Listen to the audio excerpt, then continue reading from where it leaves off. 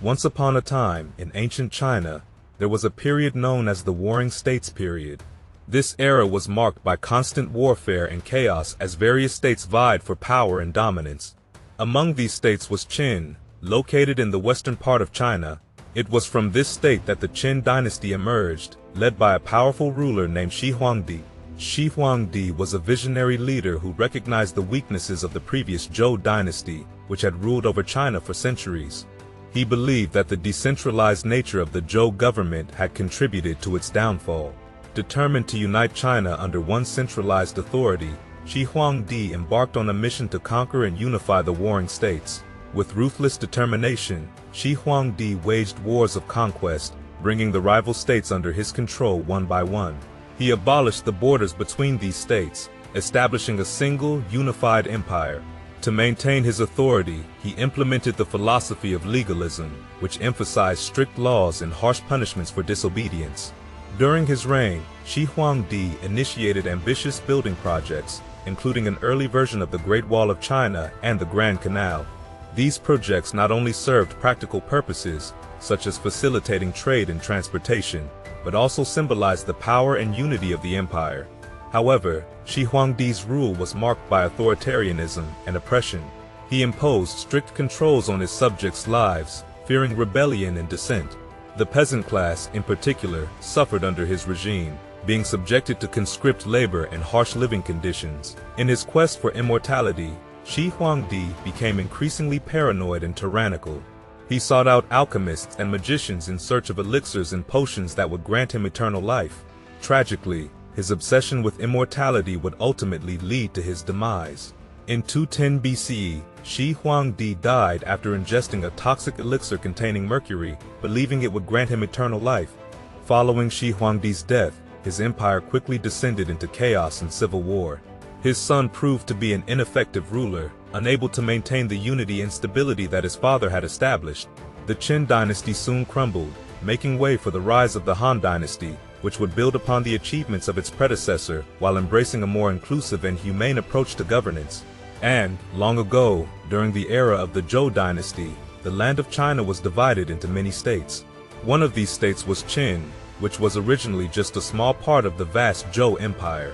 The Zhou Dynasty had risen to power by overthrowing the corrupt Shang Dynasty, claiming to have the divine mandate of heaven on their side.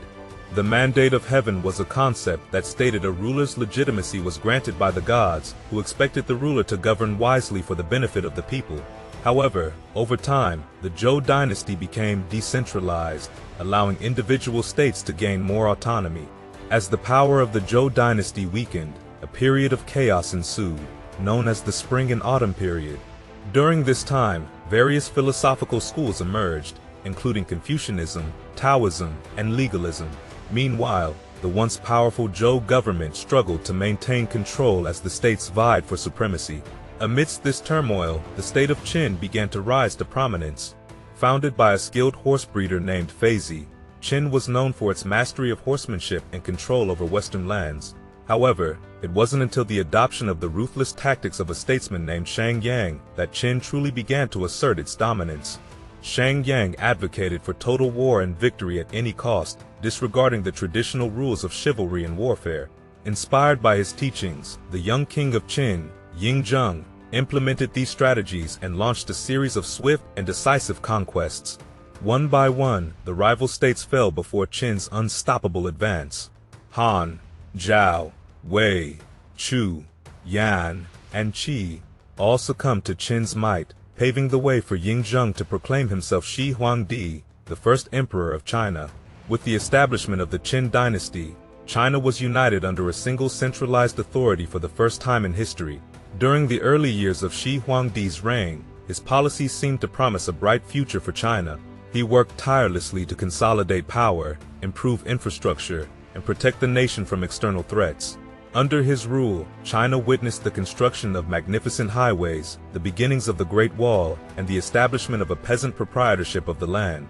However, behind the facade of progress lay a darker reality. Shi Huang's interpretation of the mandate of heaven was self-serving, viewing his subjects as mere tools for his own ambition.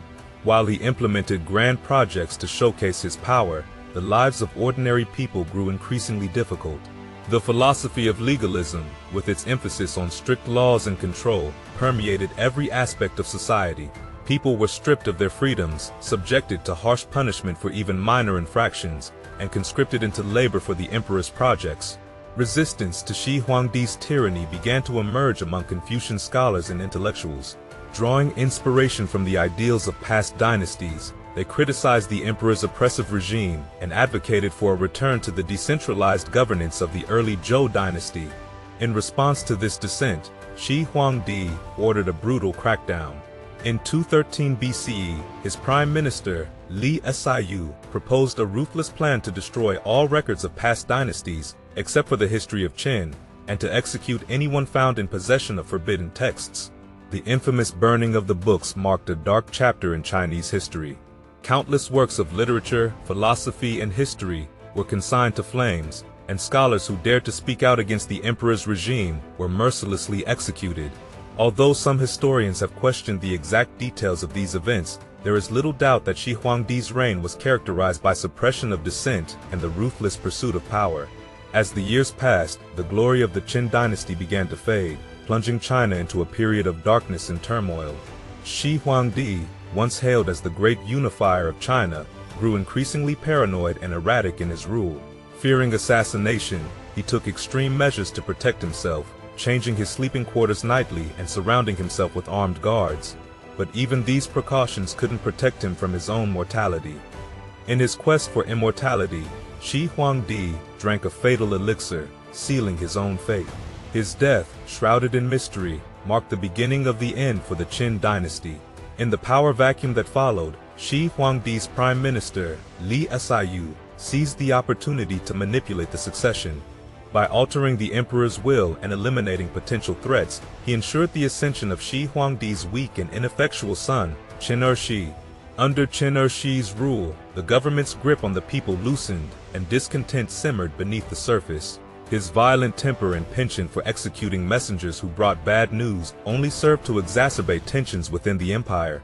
Ultimately, it was Zhao Gao, the chancellor who had once been Li Siyu's ally, who orchestrated the downfall of the Qin dynasty. Turning on his former colleague, Zhao Gao accused Li Siyu of treason and had him executed. He then manipulated Qin Shi into committing suicide, clearing the path for a new emperor. But the new emperor, Ziying, proved no better at restoring order to the crumbling empire. Rebellion erupted, led by noble Xiang Yu of Chu and commoner Liu Bang of Han. In a swift and decisive coup, Liu Bang emerged victorious, bringing an end to the Qin dynasty. Yet, the chaos was far from over. Liu Bang and Xiang Yu turned on each other, plunging China into yet another bloody conflict known as the Chu-Han contention. In the end, it was Liu Bang who emerged victorious, establishing the Han dynasty and ushering in a new era for China.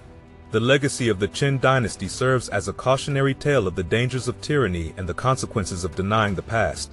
Shi Huangdi's ruthless pursuit of power and his disdain for the cultural heritage of his predecessors ultimately led to the downfall of his dynasty. In the end, the Qin dynasty may have been short-lived, but its impact on Chinese history reverberated for centuries to come.